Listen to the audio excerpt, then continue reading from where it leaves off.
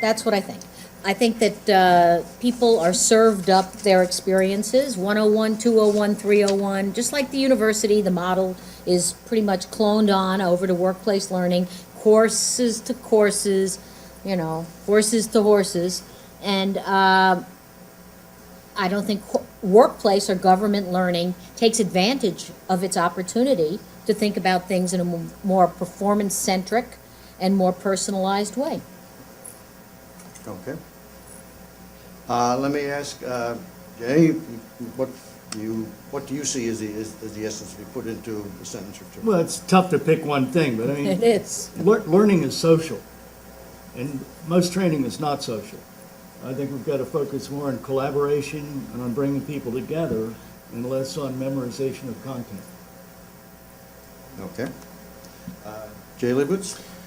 Yeah, so I think maybe because we're both named Jay, we have similar views, but I think it also is the issue of formal versus informal learning and personalization and how best to accomplish that. And if I have just 10 seconds, yesterday we talked a little about the movie Social Network, and there's a scene in there, and supposedly it's true, where Mark Zuckerberg was taking an art history class, and he didn't attend the class, and so what he did is he put all the photos of the pictures up on the web with a comment field, and so he asked everyone to comment on those, and through those discussions, he learned very well about those particular pictures and paintings, and the class grade and performance also through those discussions gained value. So again, it's kind of an informal way to learning, and so there's always that juxtaposition of formal versus informal. So it'll be interesting to hear what the panelists feel about that. And let me throw it out to you, Tony. What's your thoughts on what is the critique that you would make of where we are at this particular point? Yeah, can you all hear me okay? Yep. Great. I mean, there's obviously going to be no dissent from my part, because basically I came up reading Jay and Allison's work and subscribe very much to the performance philosophy. I sit in a business school, so if I was going to tweet it, we don't know what the customer wants. We're not customer-centric. We're profession-centric. And this whole notion of centralization and decentralization in markets, you centralize or decentralize to harmonize with the market need, to basically organize yourself to address the market in a more efficient way. And I think when we get into conversations about formal and informal, we get wrapped up in our own underwear about nomenclature that the poor sap out on the airplane who's got to go sell something on Tuesday morning in Boise, Idaho, doesn't care about. That's for sure. So I think having a really clear understanding of how the technology trends, which are driving much more free-range learning, as Jay would call it, are disruptive to our profession, and understanding what it is we can do to bring our capabilities in instructional design to a new market that has essentially got many more alternatives to solve problems for themselves than they might have had in the past. You know, I noticed that with all four of our responses is sort of a theme of we've got to embrace reality and stop having training, education, e-learning as something that's separate from the work. I mean, the planners, the sidekicks, the being in it, the informality, the paying attention to the customer. This is all, it's got to embrace real life, not lessons. Anybody, anything more, Allison? No, that's, Yeah. So I think Jay summed up the sense of moving away from the set curriculums, moving into new kinds of things, more informal, more getting closer to the customer. But as we listen to many of the presentations and review many of the writings in our field, I think there's still a sense of e-learning has become something that is different from what we're talking about here. All four of the panelists are talking about what would be significant changes made in our structure. Strategy and structure. Allison, go ahead. Strategy and structure, yeah, we are. And often when we're talking about learning, e-learning in particular, we're talking about the play's the thing. We're thinking, oh, what scenario, what interface?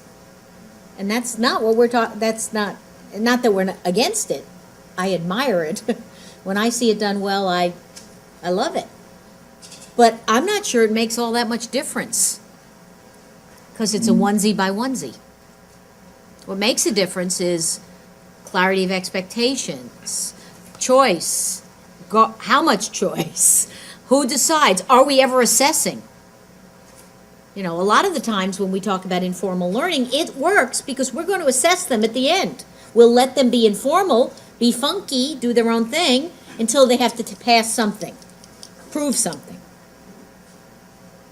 So it's those kinds of structures. It's the nature of the expectations, the nature of the tests, the nature of the measures, the nature of the hurdles or lack of hurdles, like universities. I mean, they have choice, a little sort of, a little kind of sort of,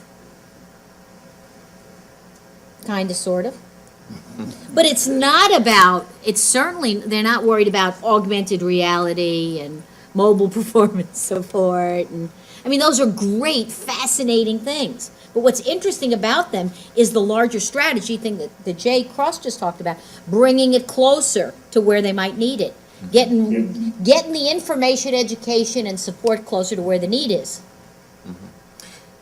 Kevin Wild, Tony, you can follow, sorry, Love Kevin. is the Chief Learning Officer at General Mills.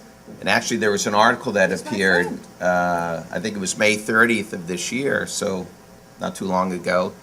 And they talk about how they're using in the marketing department the plan to win concept to make sure that the learning and development really follows the strategy and the business approach. And so, so they echo kind of the things that you're describing. Tony, you wanted to add something? Lots. You know, I think when we think of learning, I mean, to me, at the end of the day, the special sauce for learning is motivation. We're all human beings, and it's that kind of the moment in time between stimulus and response where we actually can have agency as human beings. That's what we do. And I think too often we don't think about motivation. I mean, a person out at the edge of the enterprise trying to do their job to earn a wage, they'll do virtually anything to do that job well.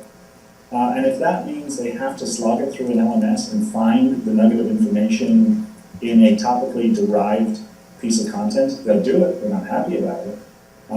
But more and more now they have alternatives. So you know, the day of going after the subject matter expert, decomposing what they do, putting it into the standard format that we like, which is the course, and I think we have a packaging problem on that. Because people who are trying to execute don't think in topic, they think in task. So if we don't reconfigure the content in a task context, they already have to climb up the context mountain before they can actually do anything. And that's a huge issue. So what they're doing is they're circumnavigating that by creating subject matter. Someone's informal learning, but we rethink the paradigm of knowledge being pouring something into someone's head, as opposed to how fast you can tune your network to the problem at hand. And I see it every day with these, first and second year MBAs. I mean, they're just like blog squads. They move through content like bumblebees through crepe myrtles, and they figure this stuff out together fast using networks. What are we doing in the ivory tower or the corporate ivory tower to address this trend and take what we know about instructional design and make that process better? Because that's not going away.